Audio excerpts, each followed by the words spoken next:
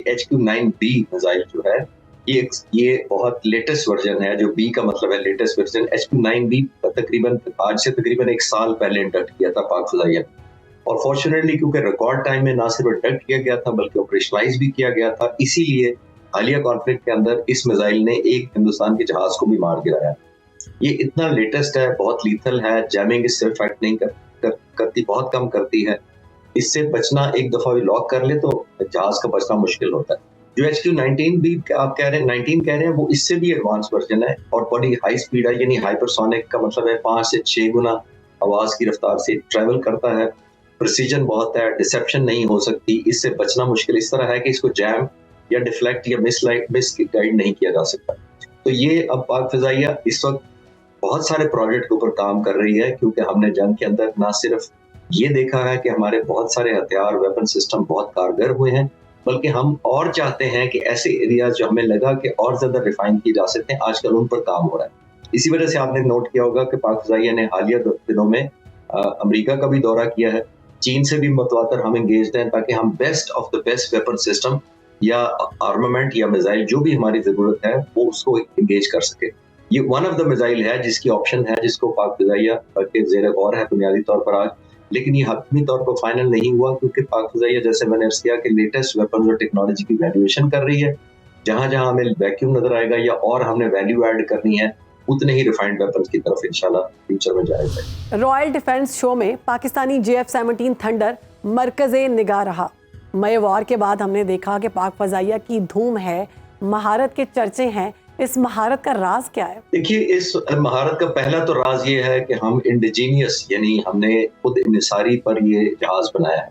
इसका सबसे बड़ा कमाल ये है कि दुनिया के 192 मुल्कों में से पाकिस्तान एयरफोर्स पहली एयरफोर्स है जिसने फाइटर जहाज खुद कंसीव किया, डिजाइन किया, मैन्युफैक्चर किया और ऑपरेशनलाइज किया। यानी दूसरे लफ्जों में ये सारी की सारी टेक्नोलॉजी हमारे अपने हाथों में है। किस तरह हम अपग्रेड करना चाहते हैं, किस तरह इसको मॉडिफाई करना चाहते हैं, किस तरह अडेप्ट करना चाहते हैं, किस तरह इंटीग्रेट करना चाहते हैं दूसरे जहाजों के साथ, ये सब पाक फ़िज़ाइया के हाथ में। जब आप दूसरे मुल्कों से ऐसी टेक्नोलॉजी खरीदते हैं तो एक तो आपको टेक्नोलॉजी बड़ी महदूद मिलती है, दूसरा आपको बहुत महंगी मिलती है, तीसरा अपग्रेड नहीं आप कर सकते उनकी इजाजत बगैर, और चौथा और मोस्ट इम्पोर्टेंट ये है कि जब मर्जी वो अपने स्पेयर पार्ट्स बंद कर दें, आपकी टेक्नोलॉजी डिनाई कर दें, आपको सैंक्शन लगा दें, तो आप हवा में लटक जाते हैं।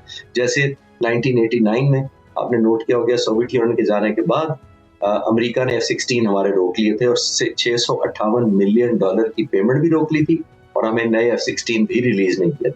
और ये वही टाइम है जब हमने सोचा था कि हमें अपनी टेक्नोलॉजी पर निसार करना चाहिए, और वो दिन 1995 से लेकर आज पिछले 30 सालों में पाक फ़िज़ाइया ने तकरीबन 200 जहाज JF-17 थंडर पाक फ़िज़ाइया में ना सिर्फ इंडक्ट किए हैं, ऑपरेशनलाइज किए हैं, और ये जो जहाज इस हालिया कॉन्फ्लिक्ट के अंदर भरपूर उन्होंने हिस्सा भी लिया। तो ये सिर्फ ये जो शो है, रॉयल शो, यहीं तक महदूद नहीं है। पूरी दुनिया इस वक्त बड़ी कीनली ऑब्जर्व कर रही है और मुलाकातें कर रही है हमारे पाक फ़िज़ाइया के लीडरशिप से, और वो जानना चाहते हैं कि इस जहाज की कौन सी खसूसियत ऐसी हैं, और बहुत सारे मुल्कों ने अपनी इंटरेस्ट भी शो किया। तो ये एक डिस्प्ले है वहां पर, तो ये दुनिया का one of the biggest static और एरोबैटिक डिस्प्ले होता है। तकरीबन 30 मुल्क इसमें हिस्सा ले रहे हैं, हिंदुस्तान हिस्सा नहीं ले रहा है। 1.5 से 2 लाख जो एविएशन के इंथुजियास्ट होते हैं, जर्नलिस्ट होते हैं, कमेंटेटर होते हैं, तजिया नगार होते हैं, वो इसका विजिट करते हैं। और आपको एक मुबारकबाद भी देता चलूं कि हमारे C-130 जहाज को, ट्रांसपोर्ट को, बेस्ट जो रिकग्निशन एलिगेंस अवार्ड जो है उनका वो मिला है, जिसका मतलब ये है कि ये ऐसे जहाज को दिया जाता है ना सिर्फ अपीयरेंस में सबसे खूबसूरत लगे, बल्कि उनकी टीम, उनके जो प्रोफेशनलिज्म है, उनकी अपने जहाज के साथ इंटीग्रेशन है, अपने जहाज के बारे में नॉलेज है, वो जांचने के बाद उस जहाज को या उस एयरफोर्स को ये बेस्ट अवार्ड दिया जाता है। अमेरिका ने अपने स्पेस स्टेशंस ने दुनिया भर में मिसाइल हमलों की निगरानी का निज़ाम कायम किया है, जिसकी मदद से यूक्रेन और इसराइल को हरीफ मुल्कों के हमलों से पेशगी आगाह भी किया जा रहा है। क्या आप समझते हैं कि जंगे फ़ज़ा से अब खला में मुंतकिल हो रही?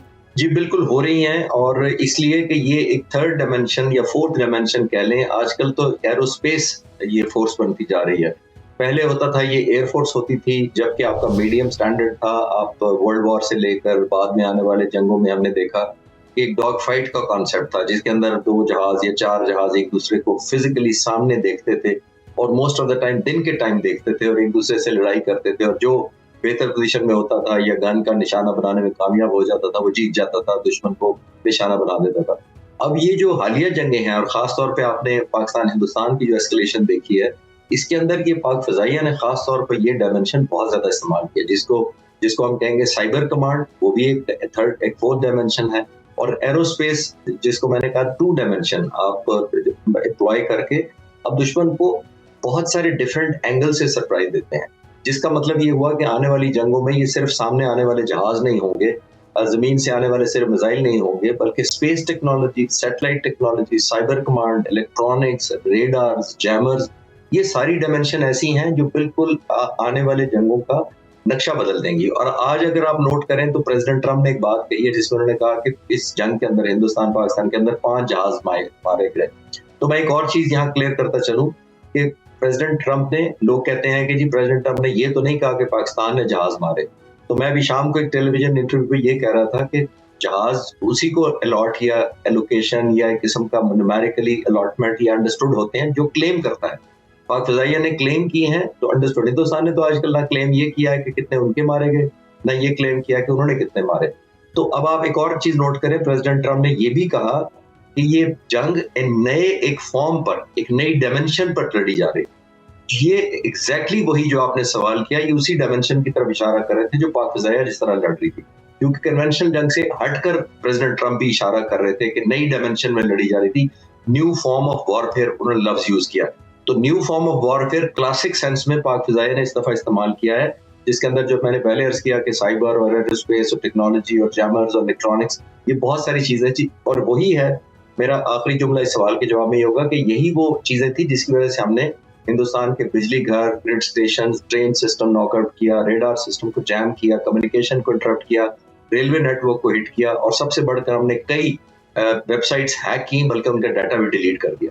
तो आप नोट करें, ये क्लासिक जंगें नहीं है, ये बिल्कुल ऐसी डायमेंशन है जो दुनिया ने पहले ऐसी जंगें नहीं देखी। एयर डिफेंस मिसाइल सिस्टम की अगर हम बात करें तो ये वो दौर आ चुका है कि पाकिस्तान चीनी HQ-9 इस्तेमाल कर रहा है। पिछले दिनों हुकूमत ने HQ-19 की खरीदारी का ऐलान किया है। दोनों में क्या फ़र्क है, आम आवाम अगर समझना चाहे तो आसान अल्फाज में बताइए। देखिए, पाक फ़िज़ाइया के पास पहले ही मैं बताता चलूं कि HQ-9B मिसाइल जो है ये बहुत लेटेस्ट वर्जन है, जो बी का मतलब है लेटेस्ट वर्जन। HQ-9B तकरीबन आज से तकरीबन 1 साल पहले इंडक्ट किया था पाक फ़िज़ाइया, और फॉर्चुनेटली क्योंकि रिकॉर्ड टाइम में ना सिर्फ इंडक्ट किया गया था बल्कि ऑपरेशनलाइज भी किया गया था, इसीलिए हालिया कॉन्फ्लिक्ट के अंदर इस मिसाइल ने एक हिंदुस्तान के जहाज को भी मार गिराया।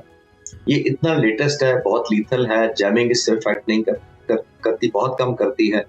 इससे बचना, एक दफा भी लॉक कर ले तो जहाज का बचना मुश्किल होता है। जो HQ-19 भी आप कह रहे हैं, 19 कह रहे हैं, वो इससे भी एडवांस वर्जन है और बड़ी हाई स्पीड है, यानी हाइपरसोनिक का मतलब है 5 से 6 गुना आवाज की रफ्तार से ट्रेवल करता है। प्रिसीजन बहुत है, डिसेप्शन नहीं हो सकती, इससे बचना मुश्किल इस तरह है कि इसको जैम या डिफ्लेक्ट या मिस गाइड नहीं किया जा सकता। तो ये अब पाक फ़िज़ाइया इस वक्त बहुत सारे प्रोजेक्ट के ऊपर काम कर रही है, क्योंकि हमने जंग के अंदर ना सिर्फ ये देखा है कि हमारे बहुत सारे हथियार, वेपन सिस्टम बहुत कारगर हुए हैं, बल्कि हम और चाहते हैं कि ऐसे एरियाज जो हमें लगा कि और ज्यादा रिफाइन किए जा सकते हैं, आजकल उन पर काम हो रहा है। इसी वजह से आपने नोट किया होगा कि पाक फ़िज़ाइया ने हालिया दिनों में अमेरिका का भी दौरा किया है, चीन से भी मतवातर हम एंगेज्ड हैं, ताकि हम best of the best weapon system या आर्मामेंट या मिसाइल जो भी हमारी जरूरत है वो उसको एंगेज कर सके। ये वन ऑफ द मिसाइल है जिसकी ऑप्शन है, जिसको पाक फ़िज़ाइया के ज़ेर गौर है बुनियादी तौर पर आज, लेकिन ये हतमी तौर पर फाइनल नहीं हुआ, क्योंकि पाक फ़िज़ाइया, जैसे मैंने अर्ज़ किया, कि लेटेस्ट वेपन और टेक्नोलॉजी की वैल्यूएशन कर रही है। जहां जहां हमें वैक्यूम नजर आएगा या और हमने वैल्यू ऐड करनी है, उतने ही रिफाइंड वेपन की तरफ इंशाल्लाह फ्यूचर में जाएगा।